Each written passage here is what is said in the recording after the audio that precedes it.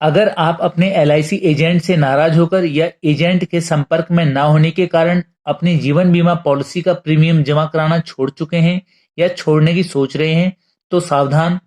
नमस्कार दोस्तों, स्वागत है आपका आपके अपने YouTube चैनल में, जहां आपको पर्सनल फाइनेंस से जुड़ी इंफॉर्मेटिव वीडियोस देखने को मिलती हैं।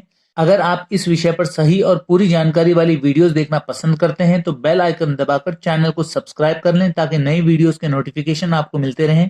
दोस्तों, आज इस वीडियो में हम जानकारी लेंगे उन कारणों की जिनकी वजह से कई बार एलआईसी पॉलिसी होल्डर अपनी पॉलिसी का प्रीमियम जमा कराना बंद कर देते हैं या पॉलिसी को सरेंडर करा देते हैं। इसके साथ ही चर्चा करेंगे कि ऐसी परिस्थिति में क्या करना चाहिए और क्या नहीं। अक्सर देखा गया है कि अपने एजेंट से मतभेद होने पर क्रोधवश या एजेंट के संपर्क से बाहर होने पर घबराकर पॉलिसी होल्डर अपनी पॉलिसी पर प्रीमियम का भुगतान बंद कर देते हैं या पॉलिसी को सरेंडर करा देते हैं। एजेंट से मतभेद होने की स्थिति में कभी कभी नाराजगी इतनी अधिक बढ़ जाती है कि पॉलिसी होल्डर अपनी पॉलिसी में एजेंट बदलने की सोचने लगते हैं, ताकि उनके द्वारा जमा किए जाने वाले प्रीमियम से एजेंट को कमीशन ना मिल सके। परंतु नियमानुसार पॉलिसी में एजेंट को नहीं बदला जा सकता। ऐसे में एजेंट को नुकसान पहुंचाने की चाहत में पॉलिसी होल्डर अपनी पॉलिसी में प्रीमियम जमा कराना बंद कर देते हैं या पॉलिसी को सरेंडर करा देते हैं। इस प्रकार पॉलिसी को बंद या सरेंडर कराकर पॉलिसी होल्डर एजेंट का कम और अपना अधिक नुकसान कर लेते हैं। पॉलिसी न रहने पर जहां एक तरफ पॉलिसी होल्डर की लाइफ पर रिस्क कवर समाप्त हो जाता है, वहीं दूसरी तरफ फाइनेंशियली भी काफी लॉस होता है। एजेंट की बात करें तो एजेंट के पास कई पॉलिसीज होती है और प्रथम वर्ष कमीशन की बड़ी राशि मिल जाने के बाद यदि कोई पॉलिसी बंद भी हो जाती है तो उसका एजेंट को बहुत अधिक नुकसान नहीं होता और प्रतिवर्ष कुछ नई पॉलिसीज का आना और कुछ पुरानी पॉलिसीज का बंद होना साधारण प्रक्रिया होती है। इसके अलावा एक अन्य परिस्थिति में भी पॉलिसी होल्डर अपनी पॉलिसी को बंद या सरेंडर करा लेते हैं और उसका कारण होता है जानकारी का अभाव।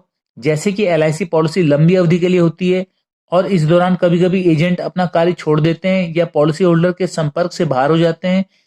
ऐसे में कई बार देखा गया है कि ऐसे पॉलिसी होल्डर जिनको एलआईसी के विषय में और अपने अधिकारों के विषय में ज्यादा जानकारी नहीं होती और जिन्होंने एजेंट के भरोसे ही पॉलिसी ली होती है, उन्हें लगता है कि एजेंट के बिना मैच्योरिटी या क्लेम राशि मिलने में अब दिक्कत होगी और यही सोच उनके मन में डर पैदा करती है और फलस्वरूप या तो वो अपनी पॉलिसी का प्रीमियम जमा कराना छोड़ देते हैं या पॉलिसी को सरेंडर करा लेते हैं। अब बात करते हैं कि एजेंट से रिश्ते खराब होने पर या एजेंट के संपर्क से बाहर होने पर वास्तव में पॉलिसी होल्डर की पॉलिसी पर इसका क्या प्रभाव पड़ता है और ऐसे में पॉलिसी होल्डर को क्या करना चाहिए।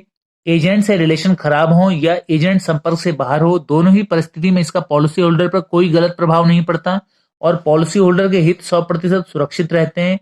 इसका कारण होता है इंश्योरेंस कंपनी और पॉलिसी होल्डर के बीच हुआ लीगल एग्रीमेंट। पॉलिसी में एजेंट की भूमिका होती है इंश्योरेंस कंपनी और पॉलिसी होल्डर के बीच की दूरी को कम करना और पॉलिसी होल्डर को पॉलिसी संबंधित सुविधाएं प्रदान करना। पॉलिसी होल्डर को क्लेम या मैच्योरिटी राशि देने का कार्य एलआईसी का होता है, न कि एजेंट का। और एजेंट के ना रहने, संपर्क से बाहर होने या सेवाएं ना प्रदान करने पर पॉलिसी होल्डर स्वयं अपनी ब्रांच जाकर या अपनी जीवन बीमा कंपनी की किसी भी ब्रांच के एजेंट से समान सेवाएं ले सकते हैं। इस प्रकार नाराजगी की स्थिति में पॉलिसी होल्डर को क्रोध में आकर एजेंट के अहित की सोचने के बजाय विवेक पूर्वक अपने हित की सोच अपनी पॉलिसी को चालू रखना चाहिए और साथ ही एजेंट के संपर्क से बाहर होने पर भी एलआईसी पर विश्वास रखते हुए स्वयं या किसी भी अन्य एजेंट की मदद और परामर्श से पॉलिसी को चालू रखना चाहिए, ताकि किसी भी प्रकार की गलतफहमी के कारण उसे कोई नुकसान न उठाना पड़े। उम्मीद करते हैं कि वीडियो में दी गई जानकारी आपको पसंद आई होगी और अपने परिवार के हितों को ध्यान में रखकर की गई पॉलिसी को ऐसी परिस्थितियों में अब जाने अनजाने आप बंद नहीं कराएंगे। दोस्तों, आज की वीडियो में बस इतना ही। मिलते हैं अगली वीडियो में इसी तरह की कुछ नई जानकारियों के साथ। पूरा वीडियो देखने के लिए धन्यवाद।